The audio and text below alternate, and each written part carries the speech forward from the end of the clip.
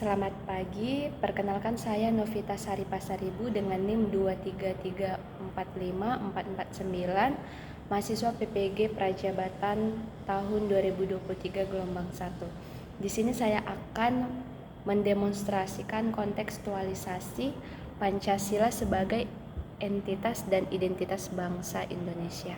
Nah, yang pertama sekali adalah kita tentu tahu Pancasila sebagai dasar negara Indonesia, di mana Pancasila masyarakat Indonesia sudah menghidupi Pancasila sejak lahir. Nah, apa sih Pancasila sebagai entitas bangsa Indonesia? Entitas adalah sesuatu yang unik keberadaannya dan berbeda dengan yang lain, di mana Pancasila sebagai entitas yang berarti Indonesia sebagai sebuah bangsa yang memiliki keberagaman nilai tersendiri yang terkandung di dalamnya. Nah, kemudian identitas bangsa, di mana identitas merupakan suatu refleksi ataupun jati diri yang melekat pada seorang individu maupun komunitas yang berasal dari baik itu keluarga, budaya, etnis, dan proses sosialisasi. Di mana Pancasila sebagai identitas Indonesia berarti sebagai seorang yang hidup dan menjadi bagian dari bangsa Indonesia yang mengamalkan dan mencerminkan nilai-nilai Pancasila dalam kehidupan bermasyarakat. Nah, menurut filosofi dari Bapak Ki Hajar Dewantara, di mana pendidikan itu harus berorientasi pada peserta didik.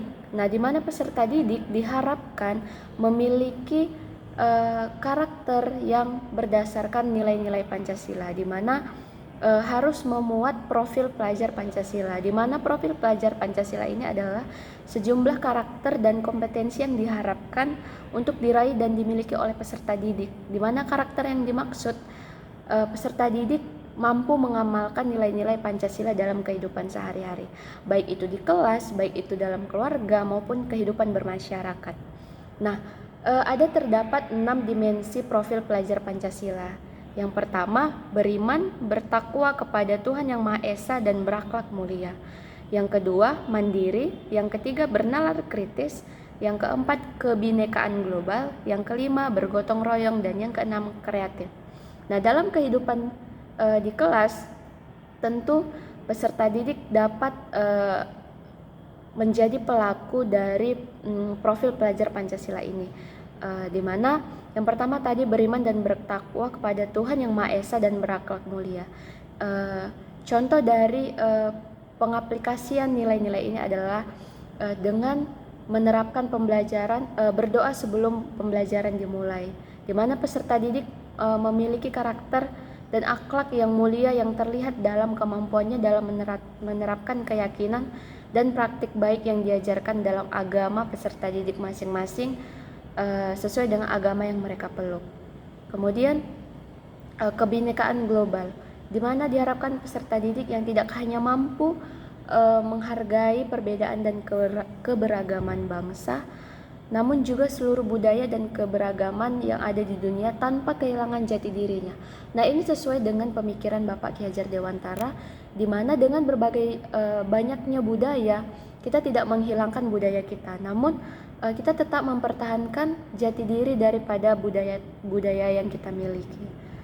Kemudian bergotong royong, di mana dalam kehidupan di sekolah peserta didik dapat menjalankan kegiatan gotong royong misalnya pada hari Jumat bersih.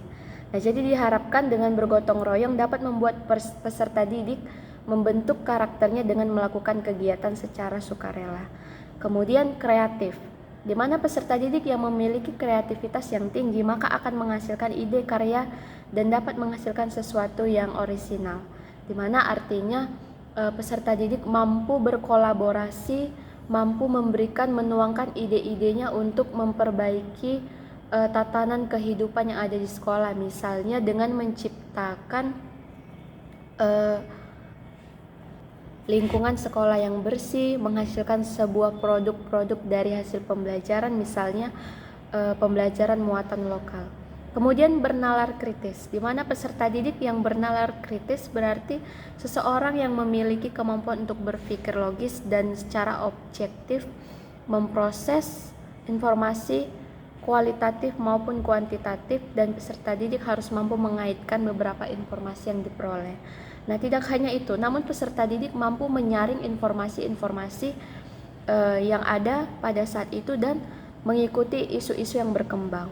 Kemudian yang terakhir adalah mandiri, di mana peserta didik yang mandiri berarti peserta didik mampu menetapkan tujuan pengembangan diri dan prestasinya secara realistis, menyusun rencana strategis untuk mencapainya, gigih dan giat dalam mewujudkan rencana tersebut, serta bertindak atas kehendak dirinya tanpa ada perasaan terpaksa.